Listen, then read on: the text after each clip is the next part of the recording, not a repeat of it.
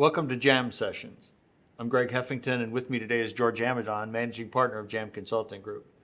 We're here today to talk about Small Room Big Deal, the art and science of boardroom presenting. We're going to focus on two elements of that, the discover piece and the decide piece. So George, if you don't mind, start us off here. Help me with the discover piece. Well, Greg, I think when you look at Small Room Big Deal and the art and science of boardroom presenting, I think what's unique about that is that it's probably one of the most difficult venues to have to present in. I think we're very comfortable with the one-on-one conversation, and we talk about that in Coaching the Sale.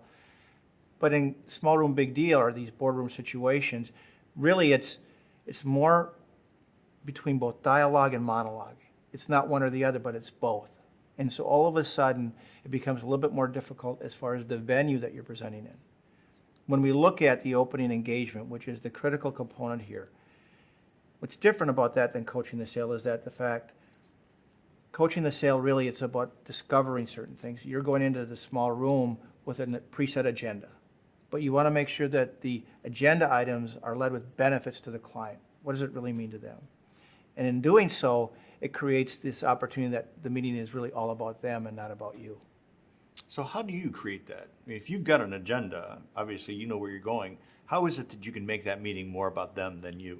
Well, I think what's critical here is the idea of the modifier. And the modifier comes into play because once you've laid out what your agenda is, you offer the meeting up to them to see if there's anything that they'd like to change or adjust. That sounds scary. It can be. But it does two things. And what's critical here is, first of all, it shows that you're confident, that you're willing to adjust based on what their needs are, what their concerns are. The second thing that really helps here is that it helps flesh out any of those distractions or things that are going on in the back of their mind that might impact your meeting, and gets it out on the table early so that you can address it and move on. Well, it sounds really great. It does sound a little scary, but I can understand where you're going. Now, obviously, there's a discuss component in any presentation where you're going to lay out your agenda and what you're about to talk about and the benefits associated with them. We can spend any time on that at all?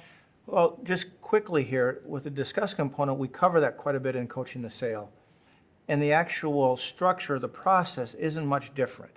We utilize storyboarding to help build out our message, because we still believe the idea that, you don't have any more than 3 main points led by 3 benefits. But we spend time in Coaching the Sale on that. Again, it helps you craft a more concise, compelling, and creative message. Great. So now we're down to the end. Decide. How does that change? Well, when we look at decide, again, there's just some nuances here that differ a little bit from the one-on-one conversation. I think what's most important is that we remember that we need to collaborate in closing this meeting out. It's not about us, it's still about them. We lead with summarizing the benefits, what was most critical and important to them and how this actually impacts them. But while we lead with benefits, again, what comes into play here is that your competition can claim the same benefits. But what they can't claim is what's the differentiator. And that's what's so important, identifying what differentiates you, your idea, or your organization, depending on what it is, because that's going to be the last thing that they remember. Is there anything else?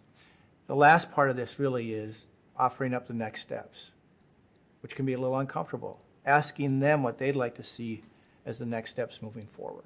Well, obviously you have a plan. Why is it important to offer them that opportunity? Well, it comes back to behavioral science again.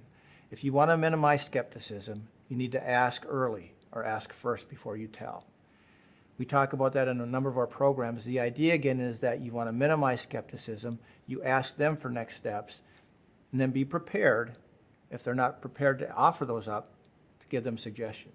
Well, that sounds great. I mean, really what you've described is a way to make any small room presentation or a boardroom presentation all about the client and their needs, and address them and make them feel as though it is their meeting, not just pretend. Yeah. I really appreciate it, George. Thanks very much for the information.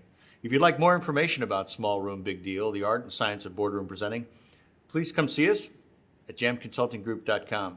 Any of the programs available there, you'll find them. Thank you.